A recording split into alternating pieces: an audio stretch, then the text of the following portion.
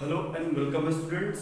आज हम बात करने वाले हैं बहुत इंपॉर्टेंट टॉपिक। आज का जो हमारा टॉपिक है वो है प्रेजेंट परफेक्ट टेंस। आज हम प्रेजेंट परफेक्ट टेंस से कवर होने वाले सभी क्वेश्चन को देखेंगे जो कि बहुत ही इंपॉर्टेंट है और आप कोशिश करें कि उसको समझने का। तो सबसे पहले नाउ का मैं क्वेश्चन देता हूँ, what is present perfect tense. Okay, first of all हमें ये जाननी है कि प्रेजेंट परफेक्ट टेंस होता क्या है and what is the definition of present perfect tense. Okay, तो सबसे पहले हम देखेंगे इसके डेफिनेशन क्या होती है प्रेजेंट परफेक्ट टेंस की। तो स्टूडेंट्स, प्रेजेंट परफेक्ट टेंस की डेफिनेशन है, present perfect tense used to express an event that started in the past and effect of event is now continuing.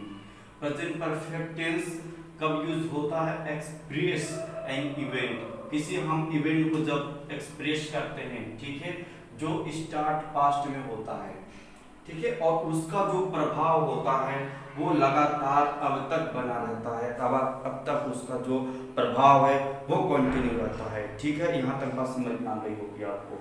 तो this tense is used to express action completed recent past. यह tense जो action हो चुका होता है, complete हो चुका होता है पास्ट का, उसका हम यूज करते हैं। जैसे आपको मैंने बताया था कि कोई भी काम प्रेजेंट में होता है जब वो इसके बाद एक समय ऐसा आता है कि वो कंटिन्यू लगातार होता रहता है, लेकिन एक समय ऐसा आता है कि वो कंप्लीट हो जाता है। ठीक है, तो उसी कंप्लीट को हम परफेक्ट टेंस कहते हैं। तो ये आपको डेफिनेशन याद रखनी है। व्हाट इज डेफिनेशन की present perfect tense. Okay, present perfect tense used to express an event that started in past and the impact of event is now continuing। फिर से बात सुनेंगे, present perfect tense is used to express an event that started in the past and the impact of event is now continuing। This tense is used to express action completed recent past। What? This tense is used to express actions completed recent past। That is most important definition of present perfect tense and which is very useful too। Okay, तो ये definition हो गई। आप इस definition को लिख ले, इसको आप कोशिश करें कि आप इसको जितना अच्छे से आप तैयार कर सकते हैं। कभी कभी आपसे कोई क्वेश्चन पूछता है कि what is definition of present perfect tense, आप उसको सटीक जवाब दें और आप उसको संतुष्ट कर दें। आई होप आपको डेफिनेशन समझ में आ गई हुई। आप इसको स्टूडेंट इस डेफिनेशन को आप कॉपी करें। आफ्टर दैट मैं आपको कुछ टिप्स दूंगा जिसकी मदद से आप उसका आइडेंटिफिकेशन करेंगे। ठीक है, तो जो हमारा सबसे बड़ा हेजिटेशन रहता है कि हम इसको कैसे पहचानेंगे कि that is present, how can we identify that, आपको ये कंफर्म मैं करा दूंगा। तो सबसे पहले आप इसको आप कंप्लीट करें कि आप डेफिनेशन को नोट डाउन करें, उसको बार बार बोलने का कोशिश करें। आई होप आपको याद हो जाएगा।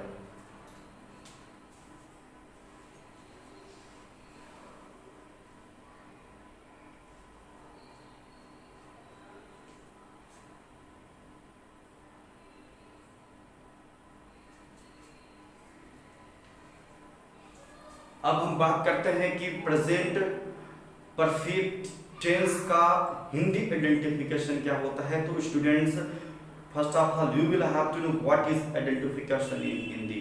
तो हिंदी में क्या होता है, we get at the end of Hindi translation चुका है, चुकी है, चुके हैं। ओके, जब हम हिंदी ट्रांसलेशन करते हैं तो सेंटेंस के लास्ट में हमें क्या मिलता है, चुका है, चुकी है और चुके हैं। ऐसा हम सेंटेंस के लास्ट में पाते हैं। ठीक है, एग्जाम्पल हम समझेंगे कि क्या है चुका, क्या चुकी है, ये सभी हम इसको समझेंगे तो बहुत आसान है। जैसे बात करता हूँ, वह खाना बना चुका है, वह किताब पढ़ चुका है, वह स्कूल आ चुका है, मेरा दोस्त हमसे मिल चुका है।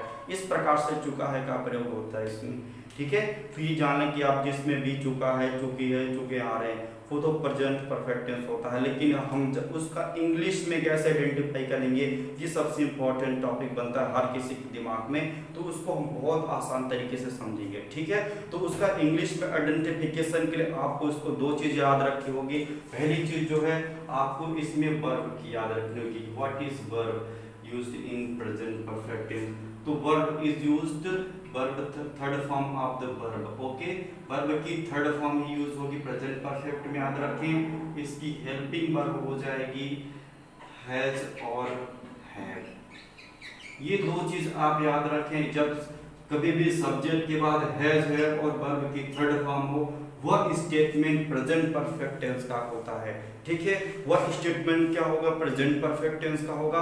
तो आपको इसको याद रखना होगा कि प्रेजेंट परफेक्ट टेंस का जो आइडेंटिफिकेशन होता है, इसको हम सेंटेंस को पढ़ेंगे उसमें पाएंगे किसमें वर्ब की थर्ड फॉर्म में और वर्ब में हैज हैव दिया हुआ है। इस कॉन्सेप्ट से हम समझेंगे। ओके स्टूडेंट्स, चलिए अब हम इसके स्ट्रक्चर्स के बारे में बात करेंगे कि प्रेजेंट परफेक्ट टेंस का जो बहुत ही इंपॉर्टेंट स्ट्रक्चर है वो क्या है, उसको हम कवर करेंगे और उससे रिलेटिव जितने भी एग्जांपल होंगे उस एग्जांपल को हम सॉल्व करेंगे। स्टूडेंट्स, यदि आपको ये बहुत बारीकी से समझनी है, ये आपको एट लास्ट वीडियो तक बने रहना है। ठीक है, आइए हम समझते हैं इसके प्रमुख स्ट्रक्चर कौन कौन से हैं। Very important, because structure plays very important role in English sentence when we speak English, when we write this in English. So structure plays very important. So first of all, you will have to focus on your structure with the continuum. Okay, let's start with the structure of present perfect tense. Okay.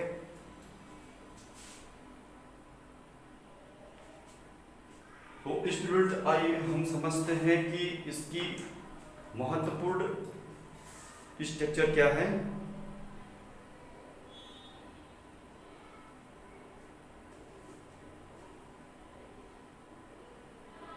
तो हम पाएंगे कि इसमें हम subject has है, V3 और other word. Okay, इसमें हम क्या यूज करते हैं, सबसे पहले इसका जो अफर्मेटिव का स्ट्रक्चर होता है स्टूडेंट, इसमें हम यूज करते हैं सब्जेक्ट हैज है, V3 और अदर वर्ड। ठीक है, इसमें वर्ब की थर्ड फॉर्म यूज होगी, हेल्पिंग वर्ब इसमें हैज या हैव होगा। यहाँ पे क्वेश्चन आ रहा है कि when we used have, we have used has with singular subject. हमको सिंगुलर सब्जेक्ट के साथ हैज का प्रयोग करना है और प्लूरल सब्जेक्ट के साथ हमें हैव का प्रयोग करना है।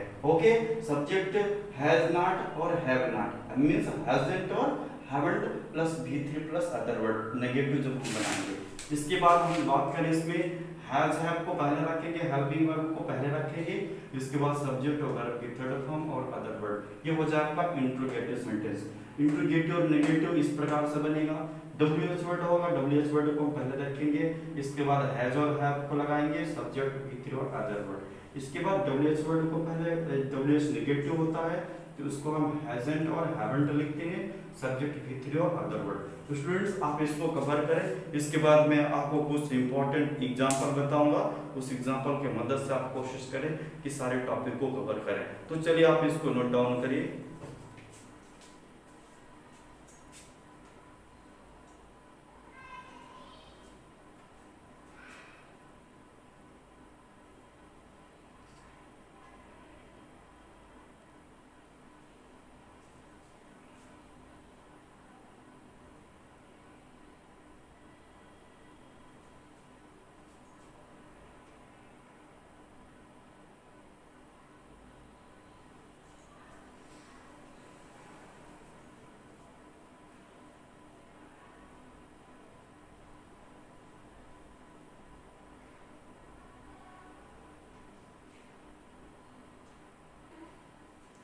ये अब एग्जांपल की मदद से हम कवर करेंगे। पहला एग्जांपल लेते हैं, जैसे हो गया सब्जेक्ट, सब्जेक्ट में आई रखूंगा, आई के साथ हैव होगा, आई हैव प्लेड।